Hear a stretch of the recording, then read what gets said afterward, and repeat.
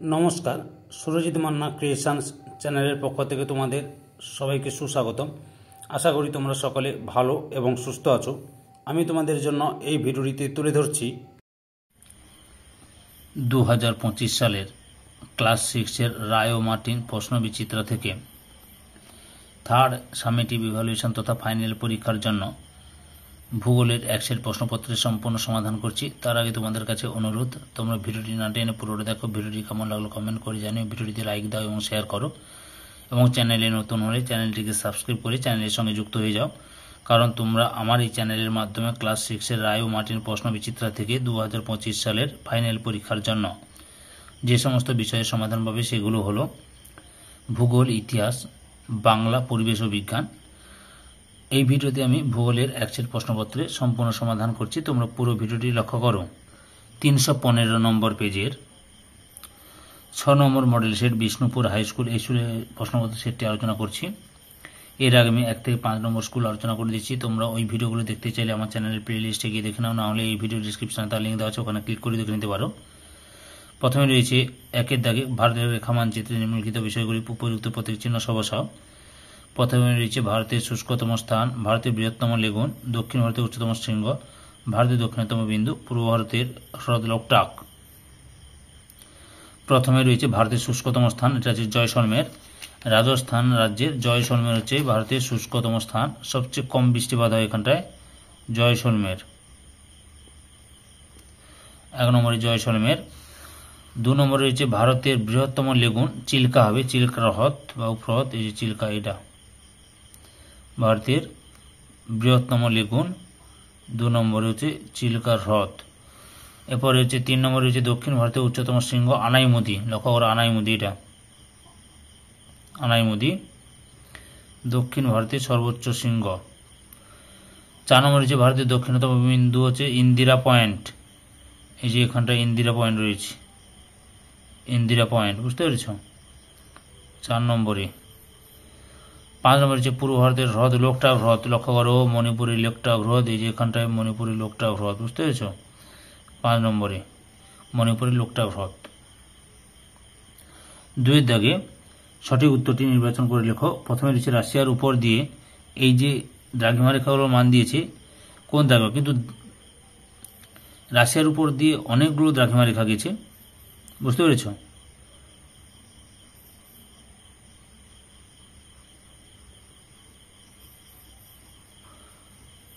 Degree পশ্চিম দ্রাঘিমাও গেছে,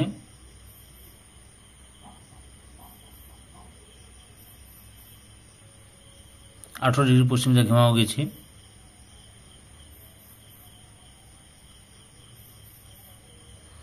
এই জন্য এই প্রশ্নটা একটু তোমরা যদি জানো কেউ ভালোভাবে অ্যান্সার দেবে। 2 নম্বরে পৃথিবীর আবর্তন বেগ সবচেয়ে বেশি, অপশান বিতে নিরক্ষরেখায়। পরের প্রশ্ন, অস্ট্রেলিয়ার সময় এগিয়ে থাকে কারণ অস্ট্রেলিয়া অনেক, অপশান এতে পূর্বের দেশ। 4 নম্বরে কার্যকরী সৌর বিকিরণের পরিমাণ আগত সৌর বিকিরণের, অপশান ডিতে 66%। 5 নম্বরে সমুদ্রপৃষ্ঠের বায়ুর চাপ হল, অপশান এতে 1013.25 মিলিবার। 6 নম্বরে ঘরের মধ্যে সবচেয়ে বেশি দূষণ হয়, অপশান ডিতে ধূপকাঠি এর থেকে। 7 নম্বরে সর্বপ্রথম আর্থ আওয়ার পালন করা হয় 2007 সালের,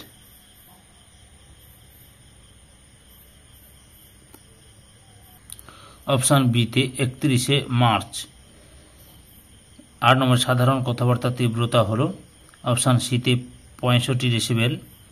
9 নম্বরে ভারতে অবস্থিত হিমালয় পর্বতের সর্বোচ্চ শৃঙ্গটি হল, অপশান বিতে কাঞ্চনজঙ্ঘা।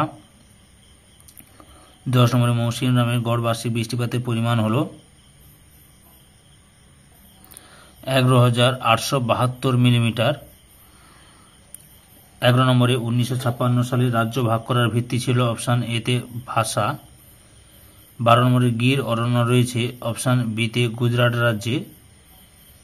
13 নম্বরে ভূগোলবিদ মার্কেটের প্রথম মানচিত্র বইটি প্রকাশ করেন, অপশান সিতে 1578 খ্রিস্টাব্দে। তারপরে 14 নম্বরে ভারতের কৃষিতে সবুজ বিপ্লব হয়েছিল যে ফসলের জন্য, সেটি হলো অপশান বিতে গম। 15 নম্বরে ভারতের অন্ধ্রপ্রদেশ রাজ্য বসবাস করে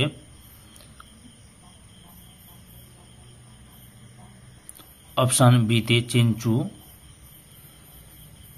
তারপরে আমাদের দেশে অপশান বিতে 65% লোকজন কৃষির সঙ্গে যুক্ত। তারপরে সাধারণ গ্লোব হলো অপশান বিতে ত্রিমাত্রিক। তারপর মানচিত্রের কৃষি জমি বোঝাতে অপশান বিতে হলুদ রং ব্যবহার করা হয়।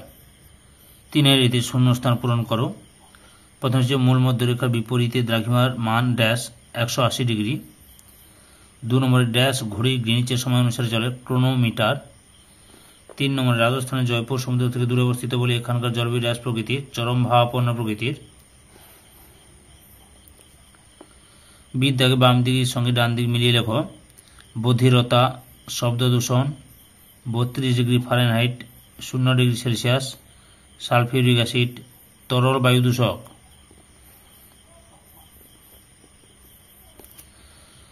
নিচের বিবৃতিগুলি শুদ্ধ না অশুদ্ধ লেখ। প্রথমে রয়েছে ঝুম চাষ দক্ষিণ ভারতে দেখা যায়, অশুদ্ধ। ঝুম চাষ উত্তর পূর্ব ভারতে দেখা যায়।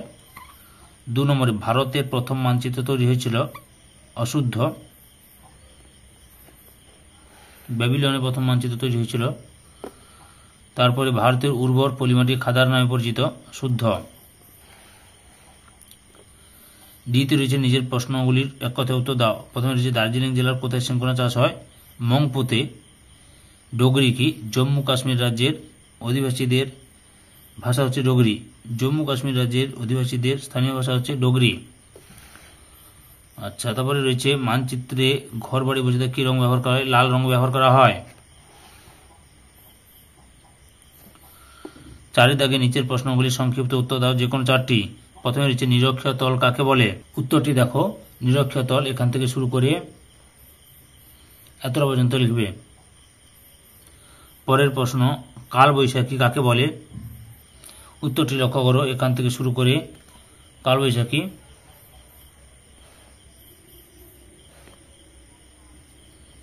এতটা পর্যন্ত লিখবে।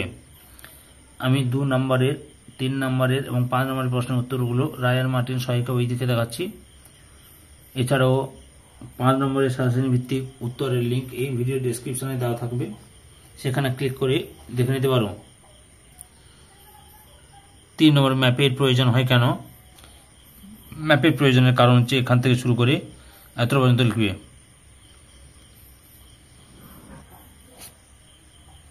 সংরক্ষিত অরণ্য কাকে বলে? এখান থেকে শুরু করবে, এতটা পর্যন্ত লিখবে। পরের প্রশ্ন, শব্দ দূষণের 2টি কারণ লেখো। লক্ষ্য শব্দ দূষণের কারণগুলি, এই যে প্রাকৃতিক কারণ এখানে 3টে রয়েছে, বা মনুষ্য সৃষ্ট কারণ এখানে মোট রয়েছে 5টা। পরের প্রশ্ন, টোডা উপজাতি ভারতের কোন রাজ্যে বাস করে? তামিলনাড়ু রাজ্যে। এদের প্রধান জীবিকা কি? পশুপালন। 5 দাগে নিচের প্রশ্নগুলির সংক্ষিপ্ত ব্যাখ্যামূলক উত্তর দাও, যে কোনো 4টি। প্রথমে হচ্ছে নিরক্ষরেখা 3টি বৈশিষ্ট্য লেখো। লক্ষ্য নিরক্ষরেখা বৈশিষ্ট্য এখান থেকে শুরু করবে।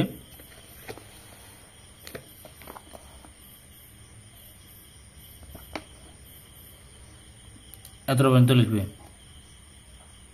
পরের প্রশ্ন, 2 নম্বরে বায়ু দূষণের 3টি কারণ লেখো। বায়ু দূষণের কারণগুলি লক্ষ্য করো। পরপর উত্তরটি দেখে নাও। প্রাকৃতিক কারণ 5টি দিলাম। এবার মনুষ্য সৃষ্ট কারণ কটি রয়েছে দেখো, 1টা 2টো 3টে 4টা 5টা 6টা 7টা 8টা রয়েছে। এর মধ্যে তোমাদের এতগুলো দেখালাম কারণ, তার মধ্যে যে কোনো 3টি কারণ লিখবে, বুঝতে পেরেছ? পরের প্রশ্ন, ভারতের দীর্ঘতম নদীটির গতিপথ আলোচনা করো। অর্থাৎ ভারতের দীর্ঘতম নদীটি হচ্ছে গঙ্গা, তার গতিপথ দেখাচ্ছি, লক্ষ্য করো। এখান থেকে শুরু করো।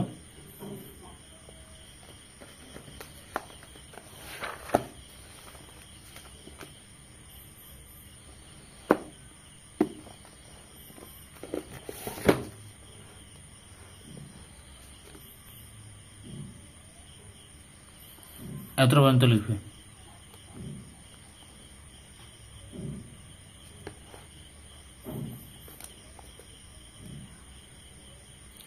পরের প্রশ্ন, অরণ্য সংরক্ষণ কেন প্রয়োজন? লক্ষ্য করো অরণ্য সংরক্ষণের প্রয়োজনগুলো এখান থেকে অরণ্য থেকে প্রাপ্ত কাঠ সর্বোচ্চ জ্বালানি রূপে ব্যবহার করা হয়, এগুলো পরপর লিখে যাবে, দেখে নাও।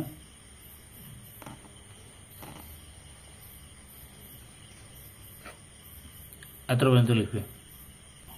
পরের প্রশ্ন, গ্লোবের সুবিধাগুলি লেখো।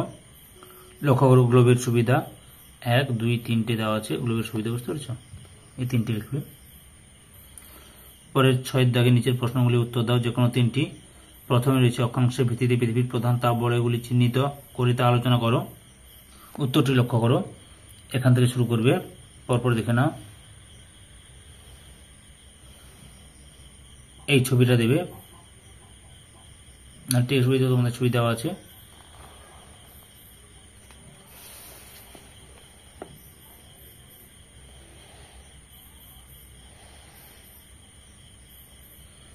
এত পর্যন্ত লিখবে।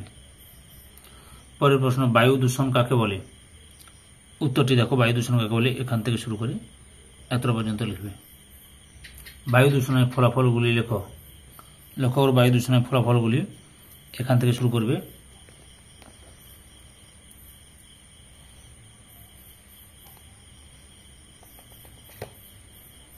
এত পর্যন্ত লিখবে। পরের প্রশ্ন, মৌসুমী বিস্ফোরণ কাকে বলে? উত্তরটি দেখো, এখান থেকে শুরু করে এত পর্যন্ত লিখবে।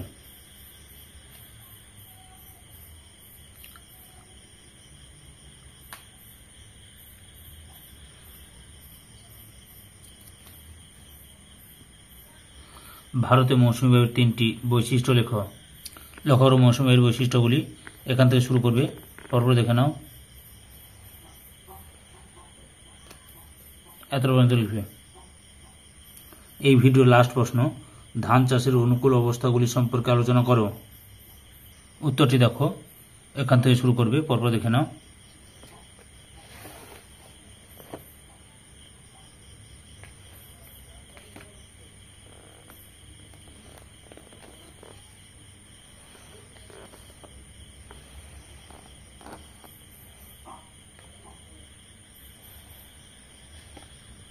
এত পর্যন্ত লিখবে। ধৈর্য সহকারে সম্পূর্ণ ভিডিওটি দেখার জন্য তোমাদের সবাইকে অসংখ্য অসংখ্য ধন্যবাদ। আজকে এই পর্যন্ত, পরবর্তী ভিডিওতে আবার দেখা হবে। Tata, bye bye.